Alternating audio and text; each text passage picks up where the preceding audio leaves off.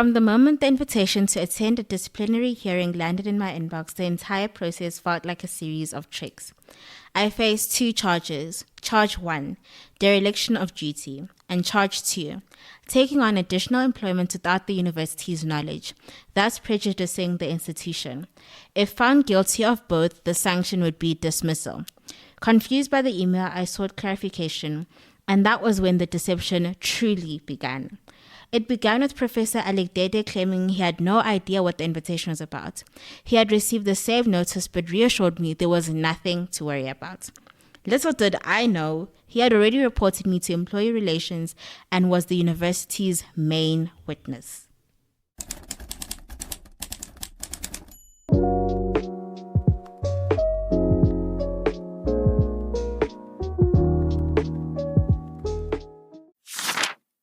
Welcome to Bookworm Confessions. Hi, I'm Buddy. And I'm Nolwazi. Your resident bookworms, just two book-obsessed 22-year-olds ready to bring you honest reviews, debates, and those guilty confessions only us true readers understand. We're going to be going from best-selling thrillers to hidden gems, and we're diving deep into the pages, the characters, and the lessons that have kept us hooked. So grab your drink of choice and let's settle in.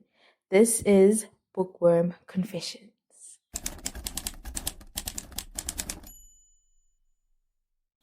So before we get into the episode, just some quick housekeeping with the reader's code. Please check the description box or our bio for all the rules for this space, just to ensure that the space is a respectful space and that everyone can enjoy the experience and enjoy listening without feeling like they're being attacked or as if they're being disrespected.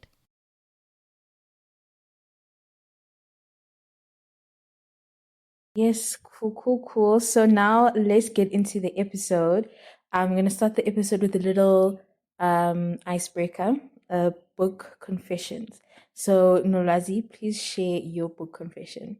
My book confession is that I honestly did not want to read this book, and it has nothing to do with the author or with the book itself. Regardless of what book it would have been, as long as it was nonfiction, this would still be my opinion. And it's just because I'm not a nonfiction reader. I don't read for like personal development or self-growth or like to know what's going on in the world. I read to escape. I want to know about like things that people are doing, people that don't exist in this world. I don't want to know what's going on in the real world when I'm reading. So yeah, that's my book confession. Bali, what's yours? Yeah, I have to agree with you. Reading is an escape. I'm trying to build worlds that don't exist in my mind. My imagination must be working like extra hard. But my confession to share with you is that I do not read like on a daily basis. Like I enter like a really like deep reading slump. And then I just find that book where it's just like the world must just stop. The world must stop. I don't want to work. I don't want to go to school. I don't want to do anything. This book needs to be finished. So that's my my little book confession there. So yeah, so let's get into today's book. To hop onto Umbali's confession, I think that once you open this book, it's going to be one of the books Umbali is talking about, the one that you have to finish it now because the story is crazy. The fact that this is somebody's real life. Hey, people are going through things out here.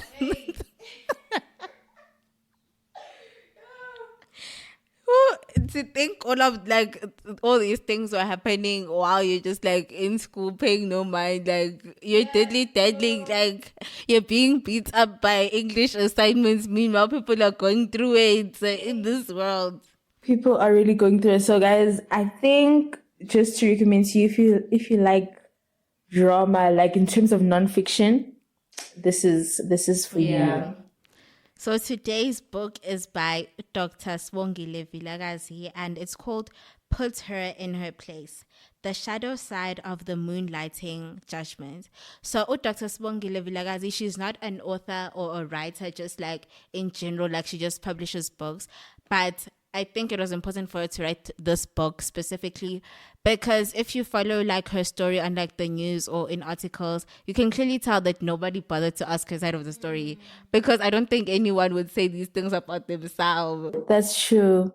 I think that the book like really highlighted how the media sometimes doesn't look for the facts or the truth at all. Like it's just like sensationalized like titles and headlines to get clicks. So guys, if you get into this book, just know Guti, next time you see something in the media like a drama that's happening in someone's life, just take it with a grain of salt. Or go research now. Go read those court documents full of wazi with because in media we're really like we're watered down, and all the time there has to be like a villain. Sunday Times. So Sunday Times like Melube Koni villain, the headline has to be this shocking like hebo kind of thing with the head of a horse.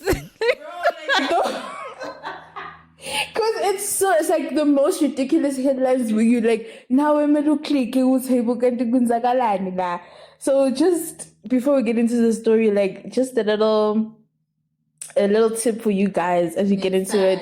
Next time umani indaba cela uhambe nawe uyozibhekela uyifunde lo article. Be an investigator before you go tell your family and friends ukuthi hey uzwile ukuthi ayinolwazi when you actually didn't even read the article. I'm also guilty of this where I just read the headline and I'm just like yo I can't believe ukuthi unolwazi would do such a thing. So guys, yeah. So Dr. Vilakazi, she is, I'd say, a very strong person, like not only for what she's gone through, but even just like her personal story. So she's a business leader, an academic and research psychologist, and she used to be a professor, a lecturer at Wits Business School. So this story, this book that she's written, it basically goes into her story of one day being like someone that was highly sought after and desired by Wits Business School to the next day feeling like their number one enemy, like they were just trying to do everything that they possibly can to destroy her.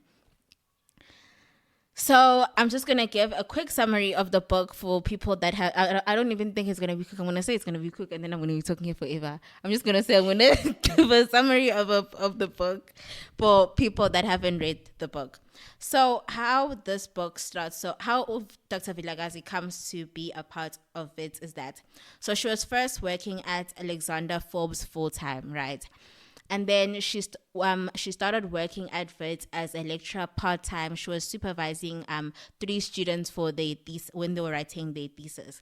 So when she started working with Wits, they already knew her involvement with Alexander Forbes and that she was working at Alexander Forbes. But they still really wanted her because at that time she was like in very high demand because she was a young black female in academics. And like, you know, institutions, you know, these businesses when they're doing their diversity streak, right? So Wits was in that era of their diversity streak, so they really, really wanted her. So I guess that like they didn't care that she was full-time employee elsewhere. They were like, it's okay, you can be like a part-time employee at Wits. Okay, so she starts working at Wits, and in the book she talks about how like when she started working at Wits, like there wasn't really a lot of guidance. It was basically bonela kind of situation. She didn't even know where her classes was. She just figured it out yourself. Like you also see like also Shanganisa 1 and 2, 1 and 1 equals 2. You also see like here you just go figure it out. Like you'll see when you get there what you do. So when she started at Wits, her line manager, who was also the academic director, he was kind of like her mentor when she started working at Wits. And his name is Professor Aligdede. Bookmark this name. This name. This name is very important later on because this name, he sets off a chain reaction of events that will just like, it feels like it sets out to ruin her life and everything she's worked out for. So then he's her mentor, right? And she's working in corporate full-time and she's working in academia part-time, right?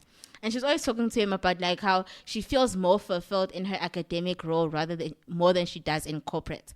So he advises her, he's like, girl, leave your corporate role, like working there full time, and come work at Wits full time, Wits Business School full time, and rather do corporate part time as a business consultant. He's like, no, a lot of people do it. It's like, it's okay, girl. It's okay. You can do both. He encourages her to do that because she was like, she doesn't want to leave corporate like altogether because her lecturer salary was not going to be living up to the standard of what she was she was used to. So he was like, if you do that, you do lecturing full time and you do business consulting part time, then you'll be able to like still maintain your lifestyle. So she was like, okay, cool, I hear you. And she went and she did that. So when she stopped working at Alexander Forbes and she was working at Wits full time, there were two companies that approached her to do consulting for them. So the first one was Plus 94 and the second one was Kantar. And they both approached her with offers, and both of these offers would allow her to pursue both her academic role as well as pursue her ambitions as a business consultant. But eventually she chose Kantar because she was just really drawn to the CEO, Karen Duchan. I'm sorry if I'm butchering her name, but yeah. So in a few weeks into working with Kantar, so a few weeks into this hybrid situation that she's doing, she's working part-time at Wits, she's doing full-time at Wits and part-time at Kantar. So a few weeks into this role, Professor Aligdete calls her into a meeting. So then she goes to the meeting and he shows her the contract between her and Kantar. And he's like, he found this in his pigeonhole. And to her at that moment, it's like, it's not something deep. Like, it's not a big issue. Okay, like you got the wrong mail. Yeah. Thank you for bringing your mail. And then she just explains to him what the contract is about. Like, the contract was like very detailed between like her involvement with her and Kantar, right? And because Kantar was aware of her being a full-time lecturer at Wits, obviously now they must, like, the contract needs to stipulate, like, be structured in such a way to allow her to still be able to do her Wits work. And that's what it was. And it included her salary, all those general things, employment things, adult things. It included that. So she explains to him what it is.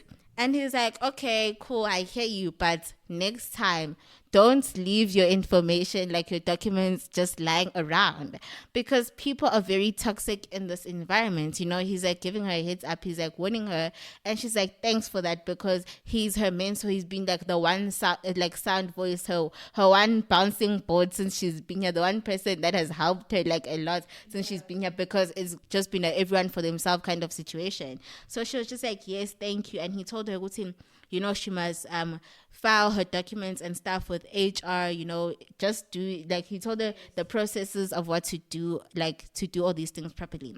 But the key thing that he missed in this conversation was telling her that she must report all of this to the Vice Chancellor. Remember this when I come back to this later. So then, okay, she's working now, part-time Kantar, full-time at Wits. And then as she's working there, she's also wanting like to be promoted at Wits. So this opportunity comes up for her to be the deputy director of the MBA program at Wits. Even though this opportunity was unpaid and it wasn't compulsory, Professor Aligdete was like encouraging her to do it because he was like, it's going to help her get her promotion, right? So he's like, okay, girl, like just apply for it. And then even if you don't get it, like it's fine, but just apply for it. It's going to help you when you want a promotion, because apparently there's like certain requirements or certain things that you need to do in the academia space to get a promotion. It's not like in like the normal corporate space where it's just like, oh, Mbali did well in this project as in promoting like this it's not like that, like the specific requirements. So he's like, take it, it's gonna help you like add up those requirements in order to be promoted. So she takes that role. Okay, it's fine. 5 months after the situation of Professor Aligdete finding out about while finding her contract in his pigeonhole, she gets an email from the university. In this email, it says that she's being called for a disciplinary hearing. Now, this is very strange because she's like, insane. What have I done? Like, she has not done anything. Like, she's been doing her work as she's supposed to. Everyone is happy. Her students are happy. All of her performance appraisals, like, they're very, very good. Like, everyone is just, like, happy for her, is, like, praising her. So it's like, what on earth is she being disciplined for? Like, what did she do wrong? Yeah. So she goes to Professor Aligdete and she's like, Hey, Because mo. it's her mentor, so she's just like, what is going on? Should I be scared? Like, Genzeni, like, what's Like, going it's my on? first time being in trouble. So she's just like, what's going on? And he's like, no, don't worry about it. I also got like the same email. I also got an email telling me to come to a disciplinary hearing. I'm sure it's not that deep, but he's just like, but just Nje, to be sure, go to Professor Stacy. So Professor Stacy has been working at this business school for 20 years. I'm sure Nje, he's seen more things than I have in the time that I've been here because he's been here longer. So she's just like, okay, cool. She goes to Professor Stacy. She tells him the situation. Professor Stacy's like, okay, girl, it's okay. I'll represent you. Okay. Leading up to this, her and Professor Alikdede are talking a lot about the situation, and he's trying to calm her down because she's very stressed. She's never been in such a situation. Gets to the day of the disciplinary hearing. Her and Professor Alikdede, they arrive there together. They're happy. She walks into the courtroom. And outside it, but figure Like, came together. Kumnandi. He came and just like, oh, girl, like, relax. It's over, right? It's just some formal thing. Like, it's okay. And the thing, what was worrying her is that Professor Stacy had been like, no, this is serious. Like, they don't just call anyone for like a disciplinary hearing. But because she's like known Professor Alikdede for a longer time, she's just like, let me just trust this man. Trust what he's saying. Will someone just relax? It's not that deep. It was never that deep. And also, like, I feel like, okay, as Black people, I don't know if you feel this way, Nolazi, but if I am in a room or in an institution or whatever it is, I automatically am like, and I'm like, I always gravitate towards them, especially if you like a minority in that space, which they were at the Dr. time. Vilakazi at the time, she was a minority in that space. So obviously you're gonna trust that person, and he's given no reason to not trust him. Yes, we're busy giving spoilers, but it's okay. It's our first episode. Okay, continue the story. So then they walk into the courtroom. Okay, disciplinary hearing. Okay, get into the room, sit down. And then now, obviously, the judge is like, okay, the person presiding over this matter is like, okay, we're going to get into it now. Professor Alikdede, state your side. Hey! Hey! I'm stressed outside. You're like, it's okay, but it's going to be okay. Then no report. Professor Stacy and Dr. Vilakazi are both in shock now because... What do you mean state your case? So it turns out Professor Alikdede is the one that reported her. Him getting this email for a disciplinary hearing isn't because he is the one being disciplined. It's because he is the one that started this whole discipline situation. He's the one that started all of this. So now he's on the other side now. And now Professor Stacy and Dr. Vilakazi are both in shock because it's like, what are you talking about? Like, what do you mean? What's going on right now? So then, okay, it's fine. It's not fine, but what can you say? It's not fine, but Sila, so okay. So then now Professor Alikdede states his case and proceeds to just spew lies out of his breakthrough, essentially. Because now he's like, Dr. Vilakazi is like such an untrustworthy person. She's backstabbed him.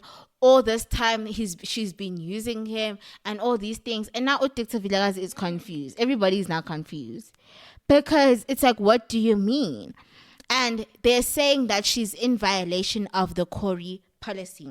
So for those of you that don't know, these terminologies, and that we also didn't know them.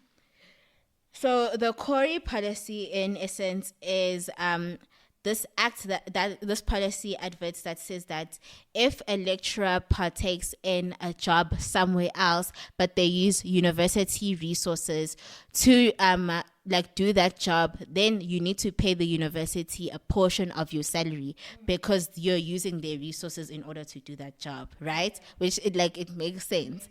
But then now for her to be accused of violating the Corey policy is wild, because she does not use the university's resources at her job with Kantar. She uses Kantar resources at her job with Kantar. Yeah. She uses Vit's resources at her job with Vits. So it's just like, what are they, like, what is going on? Like, what are they talking about? And for those that don't know, Corey is short for cost recovery policy. So it's like, now it's just a very confusing situation, because number one, you've just now, like, the ultimate betrayal. Yeah. Number two, you're being like, this claim is like, I didn't do this. Like, there's literally nothing backing it up. So Professor Stacy, because he's representing Dr. Vilakazi, he's now like, okay, when exactly was this trust broken that you're claiming that Dr. Vilakazi broke the trust? Was this trust before or after you find her contract with Kantar? Was this before or after you came with us today to this courtroom? Was it before or after we entered the courtroom? Like, when was this trust broken? Because until you took the stand, you guys were okay. Yes, to her knowledge. Like, the claim is also crazy, because he's the one who, like, according to the book, she's like, oh yeah, advise you, okay, do this and this, and he's the one who's saying, hey, be careful of these toxic people. Meanwhile, you're the toxic person. He's the one that we're busy giggling, but it's not funny. It's not funny. Like, go serious. Like, can you imagine being in that position? I'd be like, if it was you, I trust you so much. Like, it's like academic thing. I trust you so much. I was like, please take a look at my assignment. Please, like, help me edit. And then in like my assignment, and then Mrs. Figure Pambi, the and the me. Can you imagine? I can't even imagine how she feels. I feel like I'll just laugh from this belief. Like, I'd be so defeated. I feel like my trust in the world would be broken, because what do you even mean right now? We're supposed to be allies. We're supposed to be standing together. You're supposed to be behind me in the stand. Hey, okay, it's fine. But now it's just like, Professor Stacy and Dr. Vilakazi are both kind of just like caught off guard with all of these accusations, right? And now with Professor Stacy asking Professor Alikdede, when exactly was this trust broken? And he's stating all these instances. We literally walked in together. So when was this trust broken? So obviously Professor Alikdede is like lost for words now. He doesn't know what to say. So Professor Stacy is just like, you know what? She's like, to the person presiding over this matter, is like, can you please get like this matter postponed, because we didn't know what we were coming here for. And it's just like curveball after curveball that's being thrown. Like, we also need time to prepare. It's not fair that we're coming here, the other side has already prepared everything, like all their documentation and whatever, and they've like packed their story nicely, they've packaged it, and we're kind of just like we're just here with nothing. Like, kamusile, like we're just shocked. Our mouths are just open the whole time because we don't know what's going on. So the person is like, okay, it's fine. We'll give you 2 days. Okay, it's fine. They go gather all the evidence. They come back 2 days later. They're confident now. Like, okay, we have our story. We have our evidence. Like, we have our case. They walk into the room. Every single allegation from the previous from 2 days ago that they were being accused of, this violation of the Corey policy, all those charges dropped. So these past 2 days, preparation, it's useless now. Now there are new charges that are being now resurrected. There are new things that are being evoked now. So now she's being accused of violating the externally funded policy. Externally funded policy is saying, okay, if you're going to like partake in work outside of your regular like lecturing adverts, your regular job adverts, you are supposed to let the vice chancellor know, right? And the vice chancellor is the one that makes the decision on whether it's okay for you to continue with that side job, or if no, it's going to interfere with your work advert. she was just kind of just like, okay, number one, I didn't know that I was supposed to report this to the vice chancellor. And then Professor Alexander, obviously leading this congregation, is like, no, I told you, you should have listened to me when I told you to file the paperwork, whatever. And he's talking about the day that he found the cancer contract. And Dr. Vilakazi's statement is that, okay, you told me about the HR thingies and all those things, but you didn't tell me that I must report this to the vice chancellor. Like, I was not aware of that.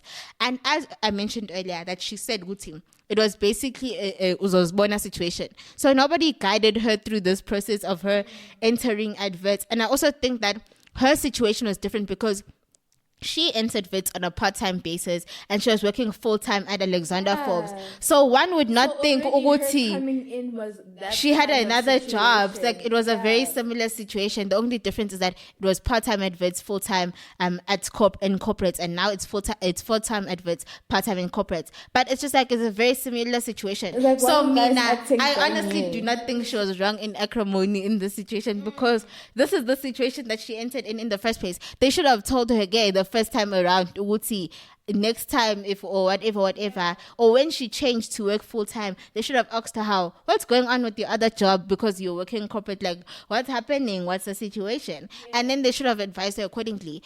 Professor Alexander only told her about the HR things, like her filing and whatever. He didn't tell her about her like having to go speak to the whole vice chancellor about it. Like, hey, boy.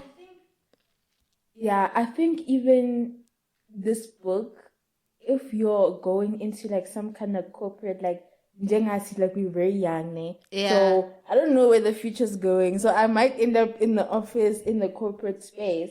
And I think, guys, you must trusting people. Yeah, you can trust them, but don't trust them to do one. And also, it's actually kind of a red flag if you're not given like a proper orientation. This is the process. This is what must happen. Even if it's in the manual, in the book. And if you start in university and it's not as you're given a whole day orientation. What are the week rules, even. What are the rules? What to expect? So, guys, no, please go read your own. Not even that. Ask questions. This thing of don't ask questions, no, guys. That's for old people. You must ask questions. Say why? Because that regardless of how talented she was as a lecturer and how much they wanted her, they still like where was I? Okay, so then they're in the course now. So Professor Alexander is like, I told you basically, like, and I told you so situation, and she's like, okay, she's like, she takes responsibility. She's like, okay, it's my fault for not like submitting the forms like quickly, right? But in her defense, she's like, but this is also like a bit strange, because she's like, according to my knowledge and what I signed, the contract I signed, I only need to do this once a year, right? And the deadline for this is the 28th of February. This hearing is happening in January. So this is like a whole month before more than a month before she's even supposed to submit these documents. So number one, it's like, what's going on here? Like, she's not violating the policy, yes. Yet, if it was the 1st of March, it would be a different story. But we're in January and the deadline is on the 28th of February. And she started working at Kantar the previous year in August. So it's not like she could have filed it the previous year because the deadline 28th February. She took this job 6 months after that deadline. There was no way that she could have predicted what was going to be happening in 6 months' time. Yes, you can have your assumptions, but you can't be set in stone. She didn't even have a contract. There was no she hadn't received those offers and all those things. So it's just like what on earth? Like, what is going on right now? Like, what's going on? But then they do that whole thing. And in the book, she says, Uti, if they had done a preliminary investigation, they would have known all of these things. So according to her, there's an investigation that is supposed to be happening before they even called her for a disciplinary hearing, right? They're supposed to do all these investigations so that they have all these facts, because now it's like all the things that she's saying, it's things that they're hearing for the first time. But now it's a point where it's like, we've gone too far, we must just finish the race, because now they can't take back all the things that they've accused her of and been like, oh, sorry, let's rewind and go back in time. Like, we're here now. like we're here, like it's just like we'll find something else. So she says all of those things, and they're just like they're just not hearing it. Like they honestly and truly they just don't want to hear her story. And for me, it's just like, why did Professor Aligdete wait 5 months? Because between the disciplinary hearing and him finding that That's contract, what I it was wanted 5 to months. ask. What was going on between those 5 months? He's known for 4 or 5 months. I feel like if anything, he should also be being questioned. Why did you keep quiet? You are her line manager. You're the academic director. You got this information 5 months ago to Leleni. Why? I'm curious to know about what that, like, the mentor's motivation go, like, what did he want out of that? Like, did he feel threatened? Was he upset? What was it? I wonder. Okay, I I feel think like it's an answer that we'll never know. I think we'll never know. So some people might be wondering, Uguti, like, what was the difference in remuneration? Because she's like also in the book, she feels like that her salary was the issue, because maybe somebody felt threatened by the amount of money she was earning. So this was in May 2018, and at that time she was earning more than 157,000 rand a month. This is with combined. So at Wits she was earning 60 something thousand rand a month, and at at Cantor she was earning 91,000 rand a month. So when you combine those, it adds up to 157,000 rand a month that she was earning from these two jobs that she was working, right? So if we take that figure and we add inflation to it, now in July 2025, that would be 216,000 rand. So maybe somebody felt some type of way about the amount of money she was earning. I don't know. But get back to the story. So this whole situation happens. She's accused of violating the externally funded policy.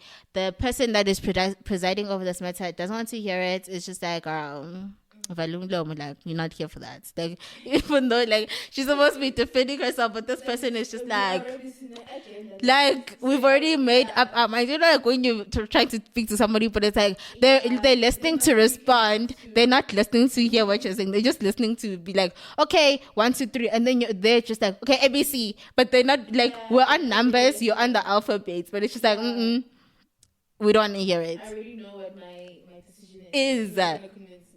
Okay, so then in this whole thing is the date, the whole situation is concluded. Now they're just waiting for the presiding, so what the result is. And what I'm about to say, I feel like she made a very big mistake. I feel like this also like kind of it changed the situation for her a little bit, because on that day after that whole case thing, before they had even received like the conclusion or what the result was from that case, she sends Professor Aligdete an email, because she is like, there must have been something that something really terrible that I've done to this man for him to treat me like this and to lie on my name like this, because there's no way, like there's no reason somebody would just do this for no reason. So she sent him an apology email. Essentially, she's like, I don't know what I did to you. In essence, she's like, I don't know what I did to you, but I'm very sorry like you feel like I betrayed your trust, or like that I'm an untrustworthy person, or that I've wronged you in some way, or like I'm very sorry that like you feel that I'm sorry that, because she's just like, I was honestly unaware that, because she's like, because you're the one that advised me to start working at Wits full time and to do consulting part time, because I was working full time in corporate and I was at Wits part time, but you're the one that advised me like to take the route that I'm currently doing. But now it's kind of just like, now it feels like, like I've done something wrong. And also, if you remember, I said earlier that she applied to be the deputy director for the MBA program, right? So she got that position. So in this externally funded issue, he was also now adding the faculty, the director of the MBA program was now saying that she's an untrustworthy person, all those things. So now it's just like, it seems like all the things that you advised me to do, you have now turned them against me. And it's now I've done something wrong by following your advice. It's like, basically, you mean like the parents you think was listening to you. Like, so she sends this email, and I think his response would have made me crash out if that was me, because now he's kind of makes it seem like he's the victim. He's like, no, like, it's okay, this all could have been avoided if you had just been honest from like the beginning. This all could have been avoided if you had been honest from the beginning. If you had done things the way that I had told you to do them, you wouldn't have put me in such a tough position. Now, I wish you guys could see Mbali's face. Literally, it's not okay. Like, now there was so many opportunities for him to speak to her about this matter. He had a whole 5 months, even the drive to the disciplinary hearing. He had all the opportunity to express his disappointment, and I don't trust you. Why didn't you say this? Is like he's making it seem like she never even shared. Like she's this malicious person. Like she's been doing it. That's like conspiring in corners. Okay, it's fine. So then after she gets that email, after she receives that response for him, she gets the results essentially from the court thing. And they're saying she's been dismissed effective immediately.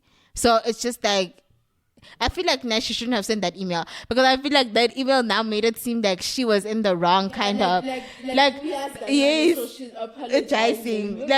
She was not supposed to apologize, because now even him, like, obviously he's not now going to be honest. He's obviously, the way he's responding, it's as if he's going to take this email and go give it to somebody to be like, yeah, boy, you see, now get all this, so that means she's admitting that there's something wrong. She feels guilty. Hi, okay. They said she's dismissed effective immediately, and she was like, now she like, this kind of made her feel like some sort of way, because now her students are like sending her emails like, ma'am, are you coming in? Like, UGP, even admin people are asking her like, are you gonna come in? Your students are waiting for her. So now I feel like this is now they're kind of trying to continue to paint her in this like malicious, like she's this untrustworthy person, because they didn't even, like, after dismissing her, they didn't even go to the admin, like to the students later, like even the admin staff, and be like, oh, Dr Vilakazi is no longer coming back, like this is the situation. So now it's like, yeah, now she's purposefully not coming to lectures, like she's bunking now. It's just like, yeah, bo, she's not communicating, she's an untrustworthy person. What say she's gonna come to a lecture, she's not coming to a lecture, she's not communicating. Now it's like adding to this whole thing of her being like a bad person.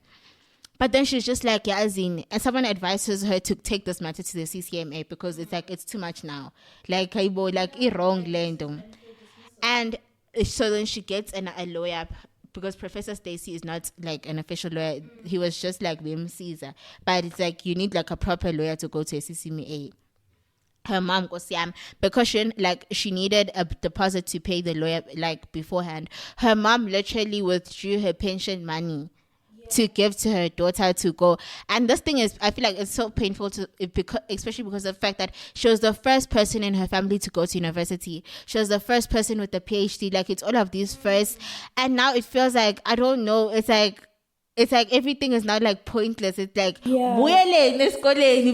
now like all this is happening. It's not that anyone said this, but like that's how I would feel, because now it's like you're trying to like break all of these like these limitations. You've worked so hard to get to this point, but now it's just like everything is kind of just like crumbling down. I was not and like you don't even know like, when did we get here? Like, how did we even get here?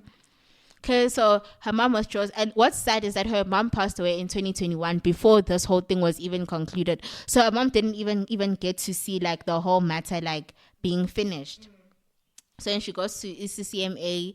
The CCMA, writes up a letter and summons the university and Professor Alexander to a hearing. Right when it's about to be the hearing for the CCMA, university sends an email, Professor Alexander is unavailable. Hi, bo. Say unavailable. So can discuss be available. He's been available this whole time. All of a sudden he's not available. Yes. She's like, her lawyers are like, no, it's fine. Like, you can. Okay, the court schedules the second date for a month later. It's almost time for the second court date. Vince is like, Professor Alexander still unavailable. So now she's like getting upset, because she's like to her lawyers, they're gonna keep pushing this thing back now. Like, it's just like, what's going on? Like, what's going on now? They're gonna keep pushing, and her lawyers are like, no. Her lawyers are like, no, it's fine, relax. CCMA only allows a maximum of 2 postponements. So this next date, they have to come. That they don't have a choice.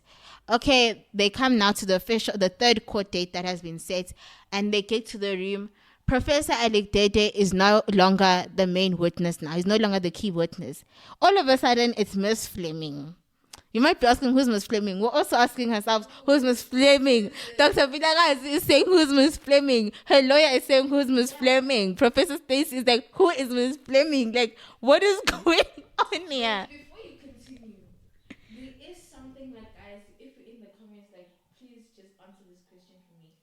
I watch like shows like about I'm a lawyer and stuff, but it's always American shows. Yeah. And usually, like when you go into the courtroom or whatever is happening, nobody really needs to have that like evidence. Yes, so it's like, what's going on? You have to know who's okay, witness, so it's gonna be understand. So I don't understand why actually These mind games. maybe I think it's like 2 times now. The first time, Jenna Mamuti why she's being disciplined. Second time, getting evidence. So I wonder. The key witnesses, each time you're being bombarded with a key witness that you was not aware was a key witness. Yeah, so I wonder what's in South African law is it the same as these TV shows that we see, like American TV shows, or I don't know. Please answer me. Because we're asking, we need answers. So now they're like, remember, she was working at Wits Business School. If you know anything about Wits Business School and University of Witwatersrand, you know, Guti, those are 2 different campuses. So they have 2 different like ways of working. Their policies and stuff are different. But now Wits is like, no, Miss Fleming must come because she is like, HR, she knows like the policies and whatever, because they're disputing the fact that she violated policies. So they're like, the person that must come is the person that's like responsible for policies and things. But it's like, oh, okay, like you're catching us off guard, but it's like Sizotini because we are here now. It's not like we can rewind time. It's like you brought Miss Fleming. Should we have to speak with Miss Fleming like by fire, by force? Like we don't have a choice right now. Okay. Now her representative are asking Ms. Fleming questions about policies and all these things. Ms. Fleming, she can't answer the questions because she's from the main campus. It's not her department. She's from main campus. She's not from Wits Business School. She doesn't even know Dr. Vilakazi. It's her first time seeing her. Like, she doesn't know anything. It's basically, you might as well have picked a random person off of the street and put them in the key witness seats and told them to answer these questions because she doesn't know anything, right? And all of a sudden, it feels like now, because she can't answer these questions, obviously now she must do something because she was sent there. She must come back with results for vets. She must come back results. She was sent there for a purpose, so she must come back with results. All of a sudden, out of nowhere, she starts attacking Dr. Vilakazi's character now. The same thing that Professor Alikdede was saying by saying she's untrustworthy, whatever. Now she's like, Professor Alikdede, Ute, he said she's untrustworthy, whatever. She's a greedy person, whatever, and all those things. And it's like, okay, if you're going to be quoting everything from Professor Alikdede, where is Professor Alikdede? Oh, he's not here. He's not here. Hey. He's not here. He is unavailable. The key witness is now Miss Fleming. So she's the one in court. She's the one taking the stand. But it's like, if you're going to be quoting somebody, bring that person here. And the fact that they're going to be a witness if you witness nothing. Even the fact that the court refused for her to bring her own witnesses, it's like, it's shady. Like, that's suspicious. Like, what's good? Like, what's going on here? So now it's just like this judge is like not hearing anything. It's just like this judge is kind of just like bandwagoning on what Princess Fleming is saying. It's like, oh, okay, Professor Alikdede told Mrs. Fleming that you are untrustworthy. Mrs. Fleming is telling me that you are untrustworthy, so you must be untrustworthy. There is zero evidence of this. Mrs. Fleming does not know Dr. Vilakazi from a bar of soap, but she has all these accusations. She has all this scar. I wonder, Professor Alikdede and Ms. Fleming, where are they getting all of this audacity to lie like this? Like, who is backing them up? Because this person is strong. There's no way you're telling me a line manager and somebody that like works with the police even is being this gaga. Welcome in a court of law. For me, about this story, which makes me like, I feel like in that situation, I can't believe that she had the resilience to keep going. Honestly, because like we're in a debate. And you are just stating stuff that you feel. Not even nagutamanga. You feel like I am not trustworthy. Like, it's not it's not facts. We're it's not nothing in a about therapy facts. session. We're in a court of law. Bring your facts, like case for case, truth for truth. Even Russell witness it's like that thing Ute. He said, she said, it's nothing about her. Like he said, she said is working in a court of law. Hey.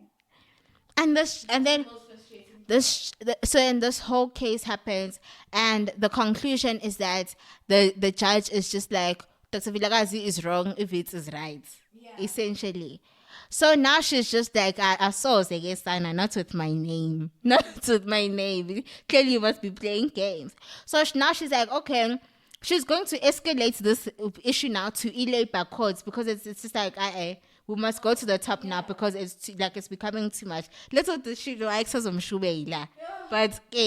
but when she was actually taking it to the labor court, Vets was like, okay, like they're trying to now come to a compromise. I'm not supposed to compromise and because they've been lying on her name. But they're like, okay, we'll write that you resigned. We won't say that it was a dismissal.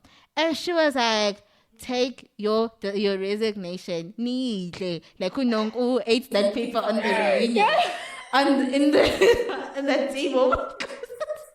Because I will not accept it. Like, what on earth? Like, why must I accept peanuts when I'm living off of rice?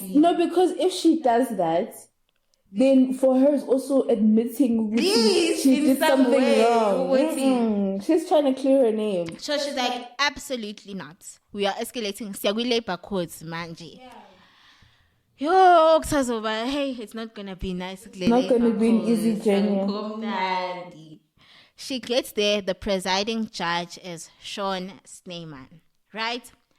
Sean Sneyman now, he's the presiding judge of. So remember, they first said it was a violation of cost recovery policy. Yes. Then they dropped that and said violation of externally funded policy. Then they dismissed her off of that. She went to CCMA. CCMA said your complaint is null and void. Like, girl, pack it up, go home, cry about it to a pillow as nindaba. So now she gets to the labor court. Judge Sneyman is now the presiding judge of this matter. Judge Sneyman does not even bother reading her things. Like, he doesn't read her documents, whatever. She's taking all of this information from Evit and CCMA, and he's going off of that now. He's not going off of evidence. He's like, girl, toss it in the wind. I don't care about all of that. Like, I don't care about all of that. He's like, I don't know if judge, I've never been in a court. I'm as if I'm a judge, I'm passionate, like emotional or whatever is going on. But she's like, he seems like too emotionally invested in this matter. Like, girl, like, so, like, your tone is a bit much. Like, where, like, you're supposed to have like a neutral, like, tone, like we're having a neutral conversation here. So then, what says? Judge Sneyman is now changing the thing. It's no longer now a violation of cost recovery. It's no longer externally funded. He is like, in fact, lendaba externally funded. Irongi. Yes. Irong Leon, they externally funded. You are not in violation of the externally funded policy. What you are doing is moonlighting. Yes. So I'm going to read you some definitions. The whole thing. So every judge is coming up with their own conclusion of this situation. They're adding their own charges now.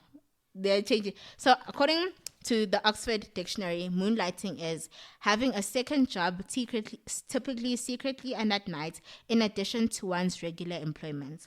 According to the Collins Dictionary, moonlighting is the practice of holding a second regular job in addition to one's main job.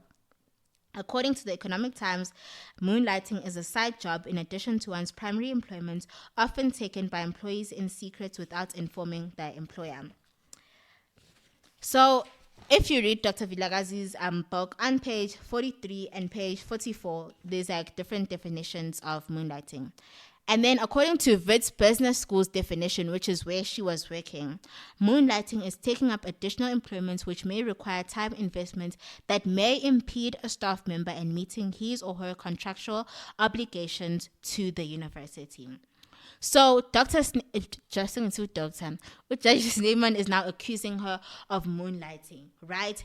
He is saying that if by some weird situation that there was an emergency at Wits and an emergency at Cantor, Dr. Vilakazi would choose Cantor because she was earning more money at Cantor. Number one, he's making an assumption. And he's saying that assumption as if it is a fact and a statement. Right? So it's just like, why are you asking her? Like, why are you not asking her? Why are you making like such like assumptions? And why would see an emergency? She's been working for this whole time without any issues. So why are you concluding on her behalf what her decision would be in such a situation? Even this definition, by Wits, it says that may impede a staff member in is a keyword here. I want to focus on may. So it means that it can or it cannot. But I feel like who decides then whether it can or can't? Obviously, because the definition here, but if this is a decide to see whether it can or can't. But if you were in the situation before this whole thing happens in Bali, you would be like, obviously, who's going to decide? And it's also, for me, it's like, when did this moonlighting definition, like when did Wits come up with, like they come up with their own moonlighting definition? Was this before or after this whole because situation? Now we're gonna get into Ubuti and Ujaj Navies. Yay!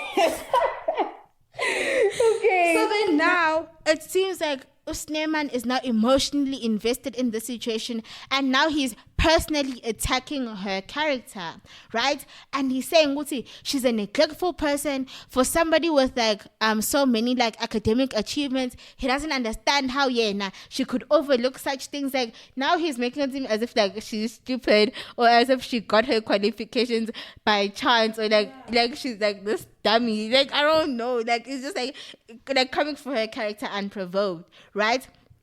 And for him to make that assumption, Guti, she would choose Cantor. Or Dr. Vilakazi, like some of her students, right, sent emails, and these are like the students that are doing PhD and masters, the ones that she's supervising while they're doing their thesis.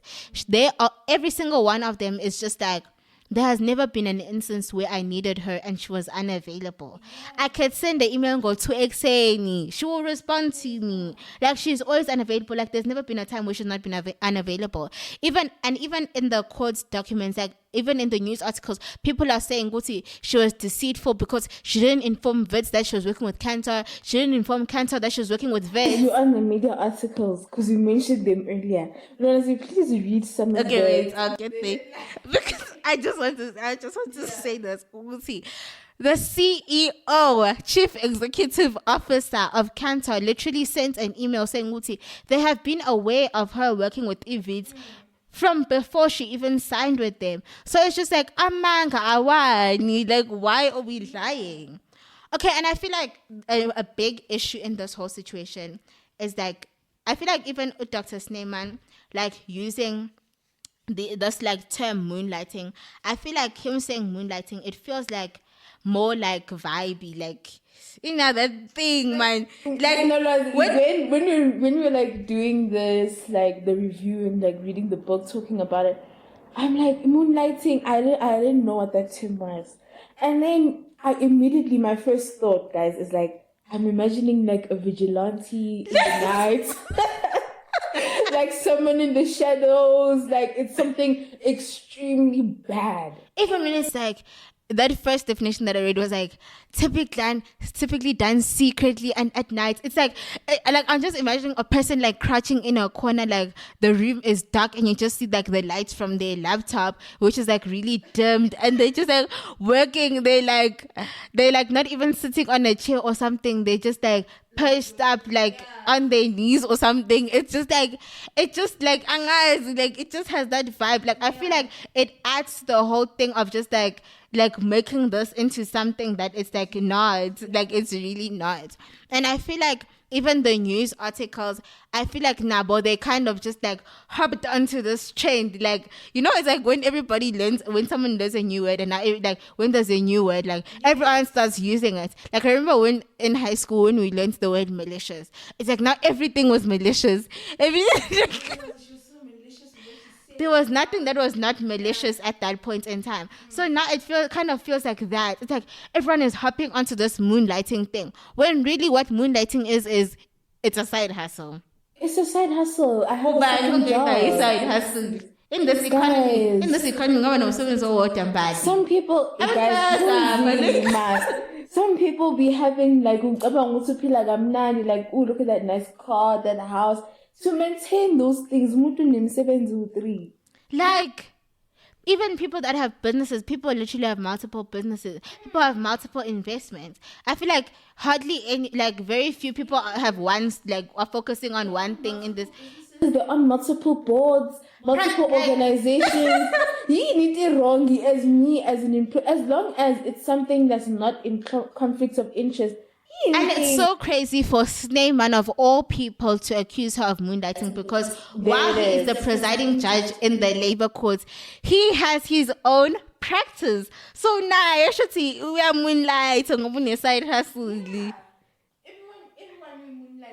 Look, oh, moonlighting, song court, guys, because we are all guilty then. If that's the case, and so some of these these titles, but there's one that stands out, and it stands out to me because I feel like it's so condescending and it's such a racially motivated title. But before I get to that one of them is like, moonlighting led to lecturer getting booted. Like, serious in Daba. Another one is like, thinking about moonlighting or having a, in quotes, side hustle, think twice. Like, now it sounds scary, like, for Nesabi, like everyone hold your horses, or like, sell yourself to one person, like, chain yourself to one employee, like, aibo. Another one, moonlighting, how your side hustle can cost you your full-time job. Like now it's like, it's this scary thing, and now it's like, we must all now be scared now of like having more than one job. Nobody must have more than one job. You must just be deeply devoted to like your full-time job. Another one is like, moonlighting can cost you your job. Like, it's too much, guys. Like, it's too much. And then the one that I really like, you see, this one just set me off the wrong way. And this one is like, the title is, No One Can Serve Two Masters. And that, to me, it says a lot about reporting in South Africa, because for you to refer to her two employers, which is Wits University, a predominantly white institution, and an institution that was formerly white-only institution, to refer to that as a master, right? And Kantar, her employer is also white, like a Kantar, like an international, predominantly white company, to also refer to that as a master when you're referring to a black woman working she's a slave, and to say serve, like you must not, like, I don't know, like, I really just like that. I feel like it's. I get what this, like, what it was. Maybe the person who was writing it, what their intent was. But sometimes with like media stuff, sometimes it's like, for example, this is like completely like offside. Mm-hmm. But when I remember seeing like a TikTok where they were talking about like media literacy for people, or see somebody's gonna say, student gets booted from university for plagiarism, and the picture is not the person, but it's like a crowd, but it focuses on like a black person. So obviously, when as a person, you're gonna immediately think, Mina, I'm just thinking of, those American slavery movies. That's the image that I have in my mind. Like, now she's at a slave auction. You have to think about our readers. What is the image that's in their brain when they read that title? And I feel like that title is like, it's derogatory in the first place, because now placing her in a role of servitude, it's as if like it's as if she has nothing to offer, and it's kind of like everyone is kind of just like, they're doing her a favor by allowing her into these spaces, and it feels just like so racially motivated, and it undermines her abilities. Like, I really did not like I really didn't like that title, because now it's as if, and it feels as if Wits is kind of punishing her, like she owes him some sort of loyalty, and I don't understand what's the problem with her working with Cantor as a consultant and her working at Wits as a business as a strategy lecturer, they are not competitors. It's not like she's working at Checkers and Woolworths and they're both, and she's working in strategy like at Checkers, she's working in strategy at Woolworths, like she's playing two sides of the same coin. Like, these are two vastly different. And even in that email from the CEO of Cantor, they're saying, Uti, her working in academic, like, it's actually like it's something that's positive for them because it's also like even her working at Cantor, like it helps her because she's able to like teach her students from somebody with like lived experience. Even when she does her consulting work at Cantor, she's able to do it with like how she's able to like, so it's like her working at Cantor, if anything, is benefiting her job, Avis. And what annoys me about this media thing is that both from the beginning, from the disciplinary hearing to CCMA, to labor court, to the media, everyone having their own opinions, none of it has taken any fact or anything that she has said. Yonkinto is from the other side, which I cannot imagine how she was feeling during that time.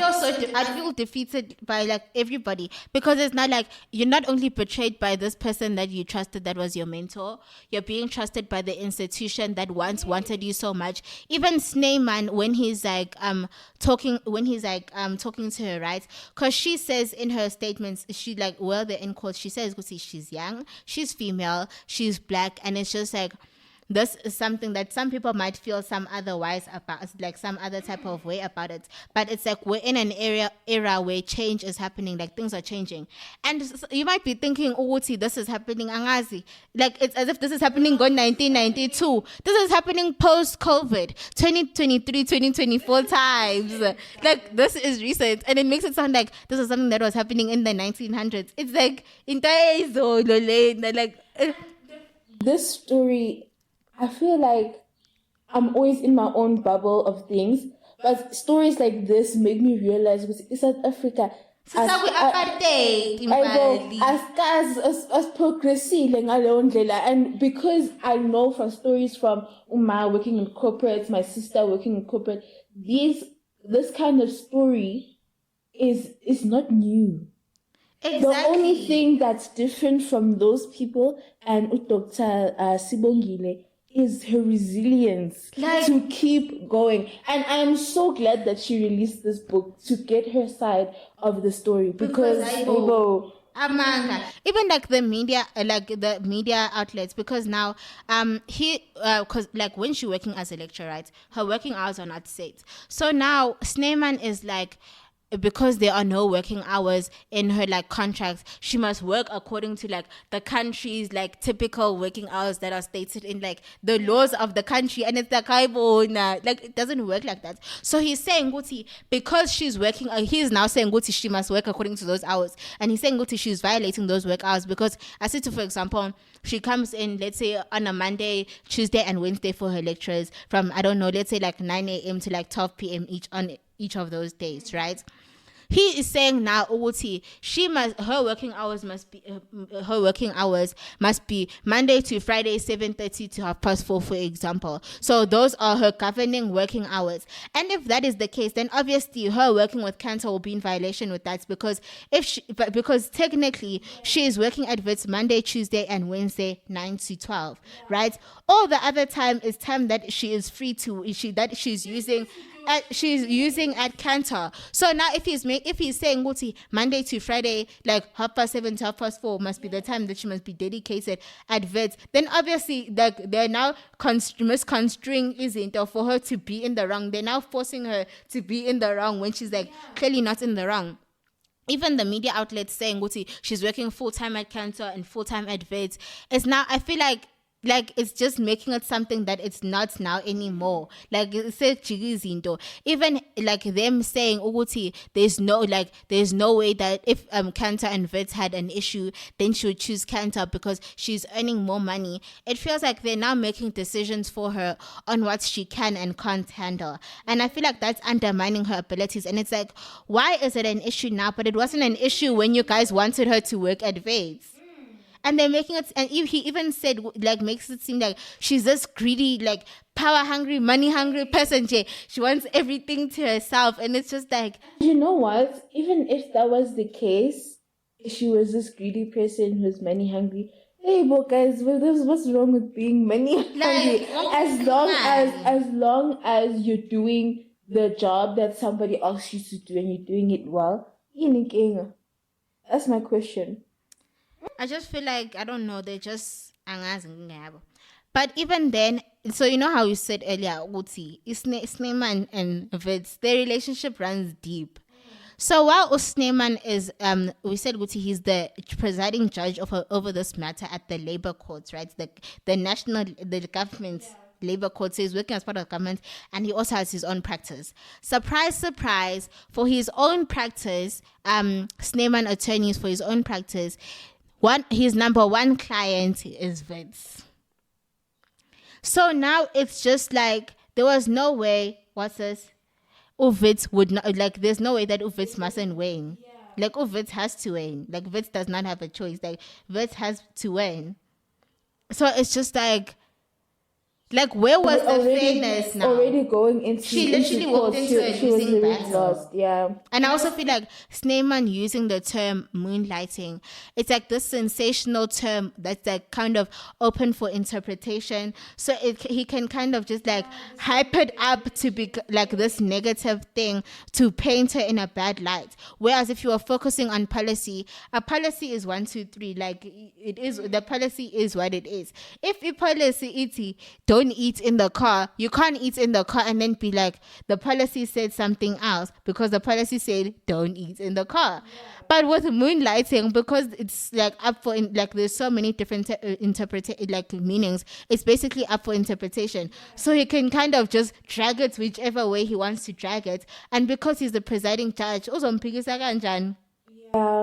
So what's the conclusion? The conclusion for that case, justice in South Africa, guys. There's no justice in this country. The judgment was that basically he was just like, girl, kick it to the dogs, suck your toe, like, we don't. That's what he was saying, because he is basically like, all of her claims are just like, they're useless, like they're nothing, like she has nothing to substantiate. But it's crazy because he didn't even read any of the things that she submitted, and on top of telling her that basically her story is nonsense, he tells her that she must pay Vit's legal fees, so she must now pay his like company. Hi. This whole situation is just, it's too much. If you were, what would you do in this situation? To be very honest, like, for people who don't know what that means, I don't know what's the translation of that. Like, you don't have you can't like hold on, like, you don't have perseverance in you. Like, especially for this situation, I literally, I would have given up from the moment. Like, I would have continued. I would have been so upset with the fact that the person that I trusted the most in the school, my mentor, with the situation, CCMA, labor courts. But once I reached labor courts, but footy, like, they're not taking facts. Like, I'm taking from the company that you're claiming that I moonlight at. The statement from the person, here's a statement from the students. Has still no one is suffering here. So nothing has been. That she did was by trusting someone, and I think I would have just cut my losses because I would have, because she was someone who's like extremely smart. People like want poaching her to work at their companies. Yeah. So I'd be like, you know what? I think the problem was the wanting to prove a point. Clear her name, because now because she's an academic person, in these academic spaces, she's just going to be known as Dr Sibongile, because she's not trustworthy. She will deceive. She'll deceive you for money. She'll betray you for money. So that's I feel like the perception maybe would have pushed me to keep going, but I would have been so defeated. Like, and guys, like, just I know we've been like laughing and giggling, like making it a little bit like light-hearted, but ngampela it's deep, Linda, but it's very, very deep. And the fact that for me, when Penny brought the story to us, I was thinking, it's something from old, like 2015, 2014, Kindala. Guys, this is like something now. This is something that happened COVID time. So it's like, hey, bro. And I feel like as much as we're like explaining the story, I feel like you really have to read the story, because in the book she includes like the court statements, the news articles, and all those things. And it's like, it's one thing to like explain the story, but like when you read like the words that people choose, even like Sneeman, it's like it's kind of like the words he chooses to use towards her are kind of condescending, and the words he uses about his like conclusions and stuff, he's like kind of putting himself in the superior position. And to be honest, I feel like when you even win, you would have went further than I did. Because I mean, if one thing about me, like, hey guys, I'm not a lawyer, yes, I'm not gonna prove anything. I would have given up a long time ago. I feel like after that first betrayal of finding out Utim was of Professor Alekdede, Uti, he's the one that reported me and all those things. They didn't even give me a chance to prepare. Like, they didn't tell me all of these things.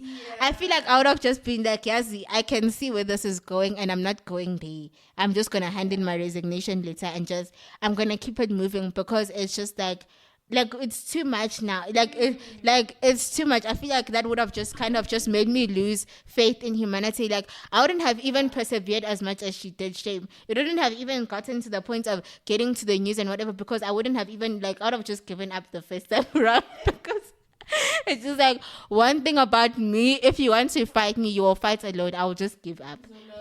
Like, I'm just gonna give up, because it's just like, for my own peace, for my own sanity, because now I'm gonna keep tossing and turning, trying to think to myself, go to this person, why? Like, what did I ever do to you? And it's just like, regardless of whatever answer that person's gonna give me, it's not gonna be I'm not gonna be satisfied, because you've already done this to me. So it's just like, hey, bruh, like I'm not going to be satisfied. Like, there's nothing that you can say that is going to make me calm down, or that's going to like make me happy, or that's going to calm my spirits.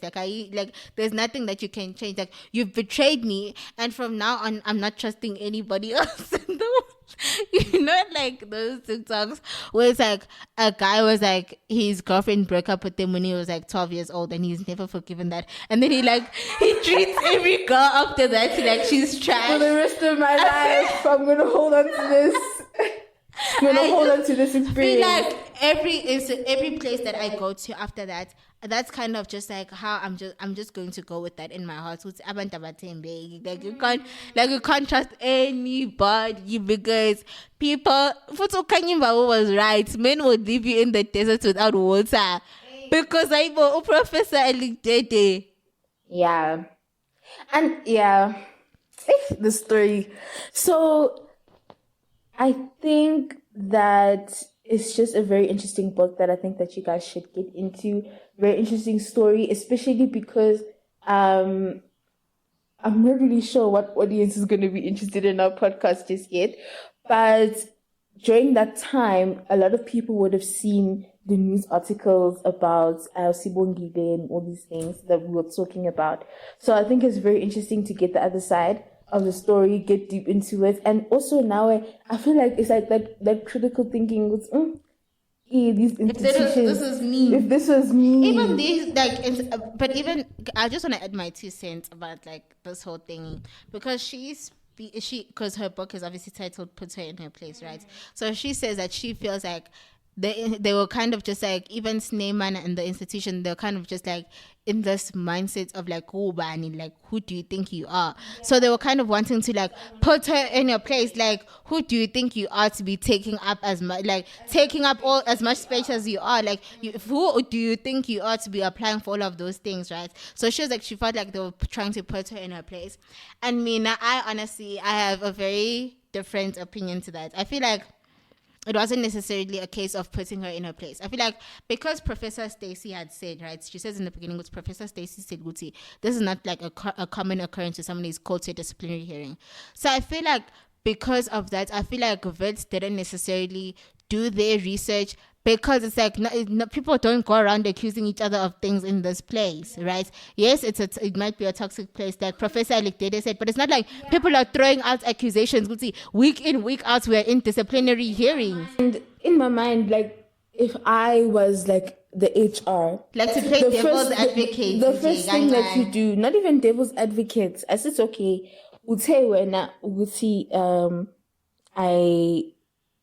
I am doing this wrong thing. So, Kala, you should go to the students, go to Abanyaban to get other witnesses. This is what's happening. That's what they're supposed to do first, before even the disciplinary hearing. Why would this Ubanika Malake, the mentor, Professor Alikdede, why would Professor Alikdede come in with this accusation? But that's what I'm Let's saying. go through the thing. They didn't do that. So you're like saying, Guti, maybe they pushed it to that point because it's like, it's going to be like they didn't do the right process. Like, for me to play devil, like just playing devil's advocate, for me, I feel like if I was in that position and Umbali comes to me and she's like, Kaibo, no lwazi, this person is doing this and this and this and this.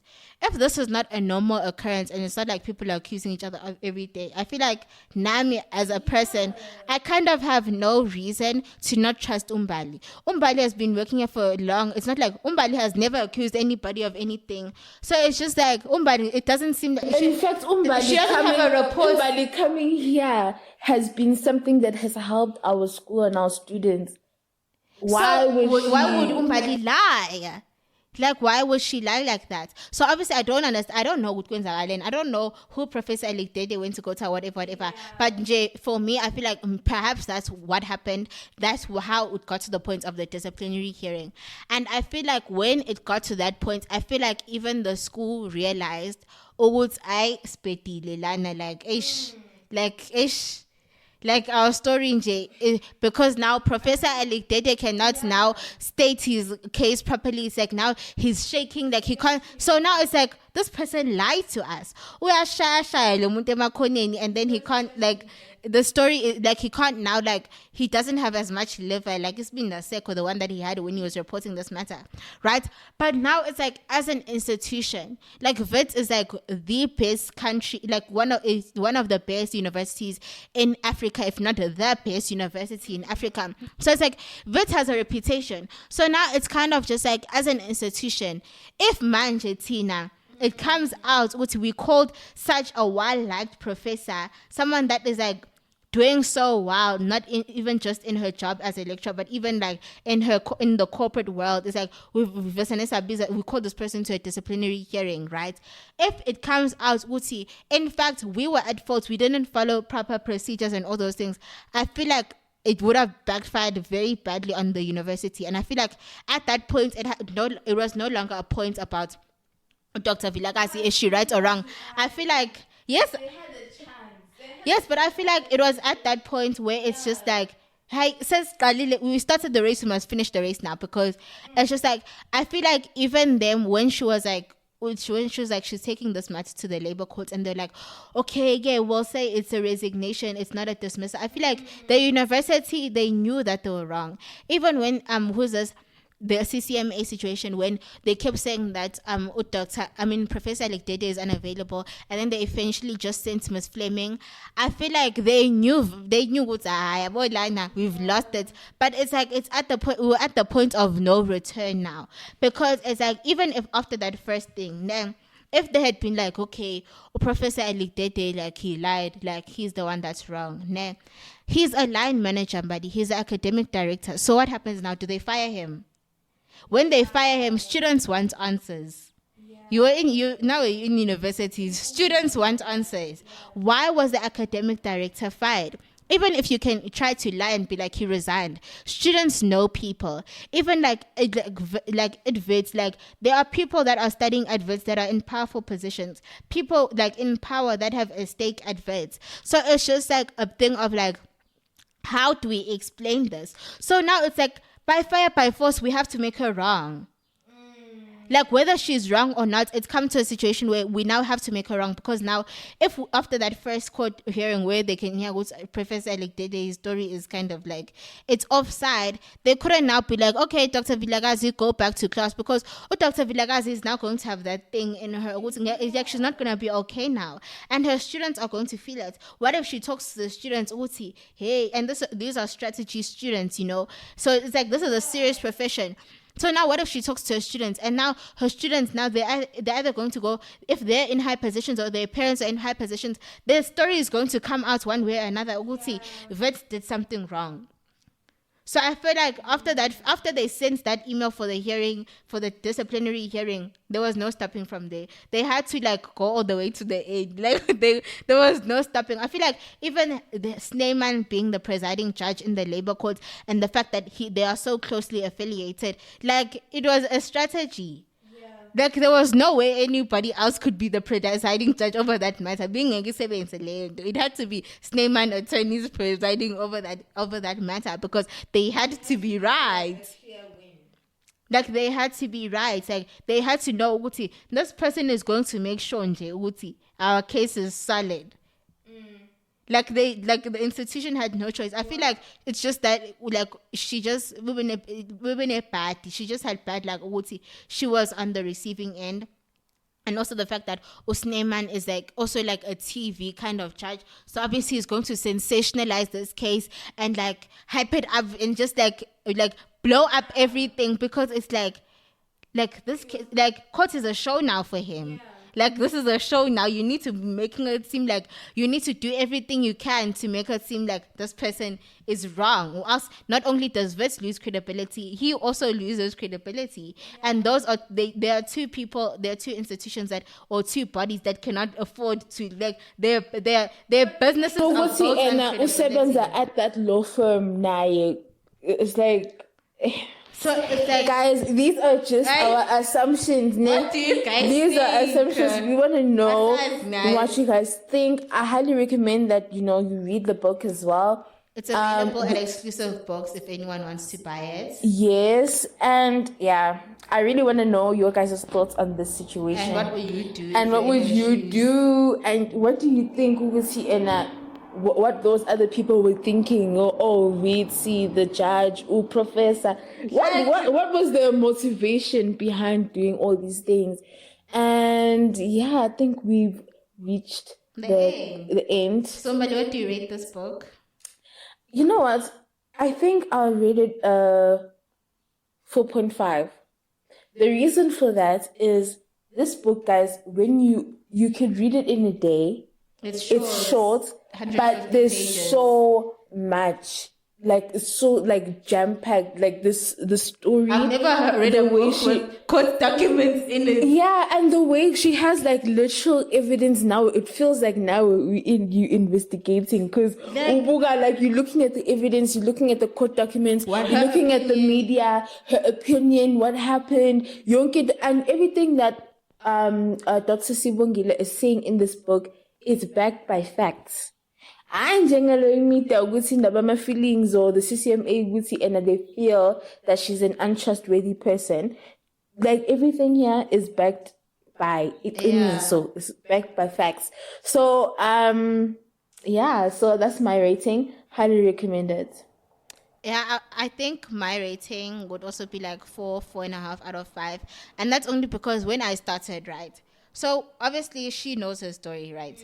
So when she starts, she's kind of like, she's setting the tone of the academic space. But I was a bit confused because I don't know her story, so I understand what's going on. It felt kind of like, that 0.5 is because of my initial feelings. So I was just like, what's going on here? Like, it kind of just feels like useless information. But once you're done, you're like, oh, like, I understand now. It's like, you're setting the tone. You want me to understand the inside of this industry.